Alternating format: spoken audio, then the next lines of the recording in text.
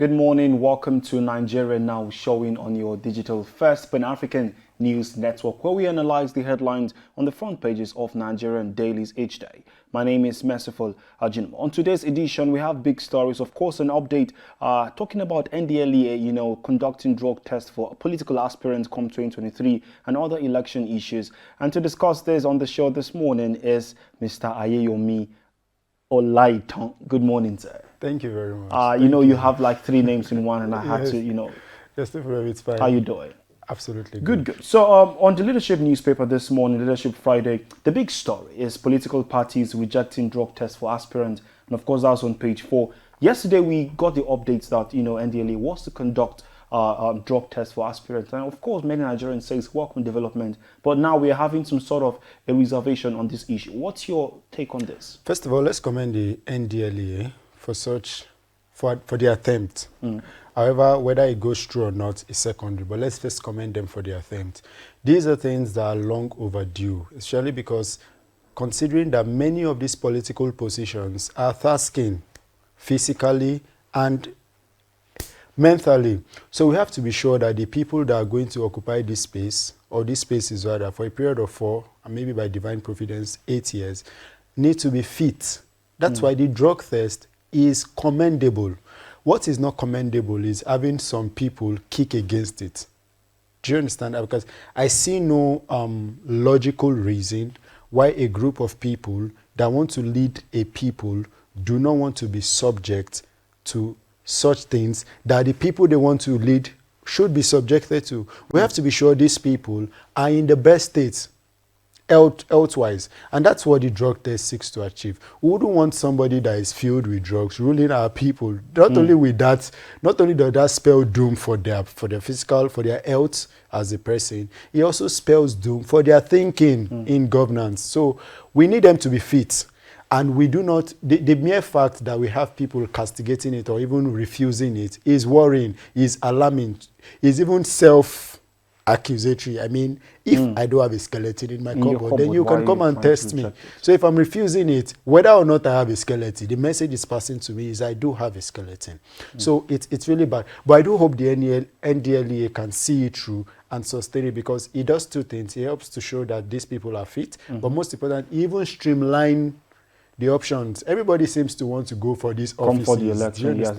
So when you have things like this coming up, it's a good way to streamline the options and maybe put us on the right Definitely, path. I agree with you on that one. That's on the front pages of the Leadership newspaper. And the writers say it's an affront to one NDLE not to toy with politicians and CSOs divided over planned drug tests. Test not to stigmatize aspirants, says NDLEA. Beside the picture of the day, we see nobody can rig 2023 elections, PMB tells politicians. That's on the front page right there of the Friday Leadership newspaper. On the Punch, the big story is presidency PDP reps, senior advocate of Nigeria, one Jonathan Group threatens suit. We have a couple of others there. The first ex-president can't contest is risky. He'll be ridiculed, says Falana and Emeka Ngige. Reject APC Buhari's offer. It's offensive, disgraceful to all of us, says PDP reps. And the group says we'll go to court if Jonathan joins race. We won't tolerate impunity. And this is on the front page of the Punch newspaper. Of course, people are still saying he has not really spoken about his interest in this election matter come 2023. But we're having so many controversies. What is your take on this issue? Yes, there's a lot of controversy. First, for the fact that you have people pressuring him to come out, and then coming out on a platform from usually used to be in PDP and now wants to come on the platform of APC with the plethora of candidates that have expressed interest. There's in APC alone. There's 100 million nomination ticket payment waiting and all of that. Doesn't spell good for him, especially for the kind of legacy he seemingly has. But that's not the issue. Let's talk about legacy for a bit. Yes. You know, there's this international picture Jonathan has as a person of peace. This has caused him to spearhead several peace resolutions in some African countries. And then there is also this notion of integrity, especially coming from the fact that there's this so much what I would call a Nigerian mentality that a sitting president shouldn't concede defeat, but you saw him do it, and then he just created some level of legacy and personality for him that delving into what we have now, especially getting into the APC, now having to go through all of the many issues, there's going to be a challenge.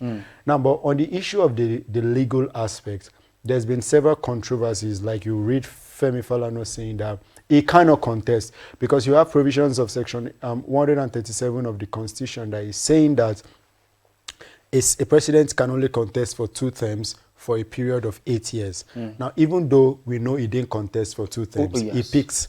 But then if he's coming back again, the cumulative number of years would be 9 years. 1 year he picked from the late Musa Yaradua, and it's 4 years after. Then if he picks another 4 years, it's going to amount to 9 years, which is going to be the violation of the Constitution. There's also the provision of 135 that you cannot take oath of presidency thrice, and he has taken it twice when he took over from Yaradua and all of this number. All of these are constitutional issues. Do you understand? That can be sorted. That always can be sorted. That's the Nigerian framework. The Nigerian framework is the law is always still third. It can be edited. Exactly. A school of thought says the law is what the court says it is. So the court can say otherwise tomorrow. Obviously, the court can always put 1 or 2 together and interpret it in a clearer light that might not be as we have contemplated. Definitely. So most times going along that line is usually not a good way to go, because we've had several, in 2015, some people took him to court and saying that, brought up the whole issue of oath of office, and the court ruled against it and all of that. So what I'm just trying to say there is that the legal perspective is always something that can always be re-evaluated most times and tilted in a way that might be different from what we have put it to be. Nobody knows the law except the court interprets it to bring it. So yes, but then on the issue of shame and all of that, I think I understand with those people, but we have to come to understand that until Goodluck Jonathan himself voices his mind and says he's contesting, all of these things are speculations, and they do not hold water. We should channel our analytics to something that is palpable, to something that we have, not just talking into castles in the air. Definitely, I agree with you on that one. On Nigerian News Direct, the big stories: NNPC, FIRS, DPR, other generate 28.02 trillion naira in 3 years, says Naiti. That's on the front page right there on page 4 of the Nigerian News Direct. Talking business day, street food business booms as unemployment bites. On the Blueprint newspaper, the big story is Atiku to PDP NWC on 2023 presidency. It says, with my 11 million vote, I deserve right of first refusal. That statement is on the Blueprint. Before we come back to that statement, this Nigeria says, PDP presidential ticket, are you? I'll be impartial. That's on this Nigeria newspaper. The National Economy says global economy may lose $10 trillion to cybercrime. That's the big story right there. Of course, there are other stories. Nigeria's domestic debt hits 23.7 trillion naira on the national economy. And back to the Blueprint newspaper, the big story. We have a couple of writers there. Says, so we know we won't work for you, but for all 17 aspirants, says, are you? And asks contenders to market themselves before delegate. But let's talk about this statement from Atiku, a one-time vice president of Nigeria, saying with his 11 million vote, he deserves the right of first refusal. Do you agree with him? I do not agree with him. Okay. I'm surprised that he's so confident of the 11 million votes. Of the number? Yes, like it feels like it's that confident. It's surprising because I doubt that. Maybe in the last election, maybe he did. But now, you know, the thing about concentrating this much number in this, as in believing this much number, is that there are more options going into 2023 elections than we have ever had in the history of our presidential elections since independence. Everybody seems to want to go for the big office. And the danger there is that it splits the vote. Do you get? It splits the votes because there is people that are saying we want Peter Obi, some other people are saying we want this and that and all of that and stuff like that. That's on one part. The second part is on the right. You know, it's challenging when these people see these things like a birthright. It clouds their sense of judgment. It clouds their sense of action.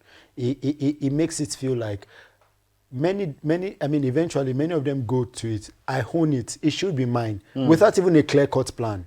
Do you understand? As much as we continue to, we cannot deny that this administration has made a few progresses in some. I mean, the president, President Muhammadu Buhari's administration had made some few progress, but then the weaknesses, the shortcomings are glaring. They're clear. The lapses. Do you understand? They're really clear. It's worrying because for somebody that's contested 4 times before winning, I personally think he should have a plan. But over the last 7, now going to 8 years, it's not looking like he has a plan. Maybe maybe he even had a plan, but the plan is clearly not working. That's what happens when people feel like it's a right. You've heard Tinubu say it like he deserves the presidency. No, nobody deserves the presidency. You're only a president if we make you one. Definitely. If we make you one. So it's not a right. It's not your right. It's a privilege to serve us. It might be your right to vote and be voted for, but when it comes to serving, it's a privilege to serve us. And we decide who serves us. You don't come and say, no, you have a right to serve us. I think that's the problem. But now he does that, and every other political aspirant does that, to create a facade of I'm ahead. Okay. Do you understand? So to create a facade to the intimidate the rest of them. So I understand it from the political aspect it's coming from, because you need to prove that point to show that I'm the best flag bearer for the party. If the party really wants to have the best chance at going for the presidential seat, then they should make me a flag bearer. Definitely, I agree with you on that one. Of course, we have other headlines on the newspapers, but don't forget the website is www.tostvnetwork.com for more updates on news happening in Nigeria and across Africa. Thank you so much, Ayoyomi Olaitan, for joining us today. Much. Thank you. And thank you, viewers, for staying tuned to Nigeria Now. Don't forget our handle is at TOSTV Network on Instagram, Facebook, and Twitter. Till we come your way again next week, Monday. My name is Merciful Ajinomo. Have a wonderful weekend.